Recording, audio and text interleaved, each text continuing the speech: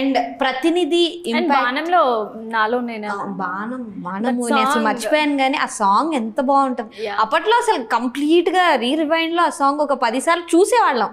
వినడం కూడా పక్కన పెడితే చూడడానికి చాలా బాగుంటది ఆ సాంగ్. ఈవెన్ అప్పుడప్పుడు ఇప్పుడు కూడా ఇప్పటికి కూడా వింటాం, అంటే సూతింగ్ లా అనిపిస్తుంది నాకు. ప్రతి మూవీలో మ్యూజిక్ కూడా చాలా ఇంపాక్ట్. సోలోలో మరుమల్లెల వాన సాంగ్ కానీ, సోలోలో అన్ని సాంగ్స్ ఆటోమేటిక్ గా లూప్ లో వినేవాళ్ళం. ఇప్పటికే ఆటోమేటిక్ గా కాలేజ్ స్టూడెంట్స్ కి ఎక్కువ రన్ అవుతూ ఉంటది.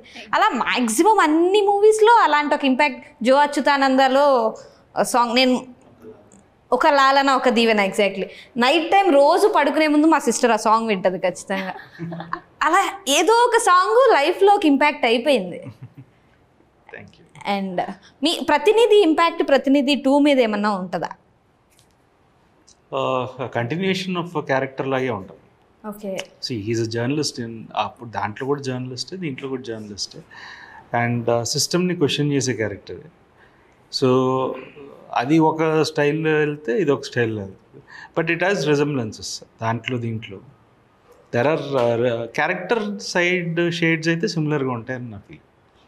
అండ్ జర్నలిజం అనేది చాలా కష్టం అని మీకు ఏమన్నా ప్రతినిధి చేస్తున్నప్పుడు కానీ ఇప్పుడు కానీ అనిపించిందా? నో, డెఫినెట్లీ ఒక జర్నలిస్ట్ ఇస్ లైక్, నేను అంటుంటాను మూర్తిగా, కలంతో యుద్ధం చేసేవాడే జర్నలిస్ట్ అని. సో ఒక్క డైలాగ్తో నేను అడిగిన క్వశ్చన్కి ఆన్సర్ చెప్పేశారు మీరు. So it is like, see you are nowhere relate. నీకు డైరెక్ట్గా జర్నలిస్ట్ అనే వాళ్ళకి సొసైటీ వల్ల ఇబ్బంది పడుతున్నారా పడట్లేదా అనేది they don't, but they fight for other people's cause. So definitely దాని ఇంపాక్ట్ ప్రతి ఒక్కరి మీద ఉంటుంది. సో వాళ్ళకి ప్రాబ్లం లేకపోయినా they fight for other persons problems. So we should definitely salute them also. Yes.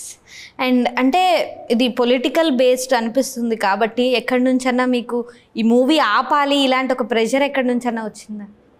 అంటే అది వినిపించింది బేసిక్గా, అలా ఏమన్నా మూవీ మీద ఎఫెక్ట్ ఏమైనా పడిందా అని ఒక డౌట్ వచ్చింది. అట్లేం లేదు, నాకైతే రాలేదు. కాదు, మూర్తి గారికి రాలేదు. ఎవరికైనా వచ్చిందో రాలేదు. అంటే న్యూస్ వస్తుంటాయి కదా, రూమర్, అది ఉన్నా లేకపోయినా ఆటోమేటిక్గా రూమర్స్ అలా స్ప్రెడ్ అవుతుంటాయి. ఆయన సినిమా దిగిపోయినా ఇప్పుడు he comes on news everyday. So ఆయన ఆపాలంటే ముందు అక్కడ ఆపాలి. సినిమా తీసినా అంతే. He has an impact in the way he tells itself. So మాకైతే, మా ఇద్దరికైతే ఎవరు కాల్ చేసి ఆపండి సినిమా అనలేదు.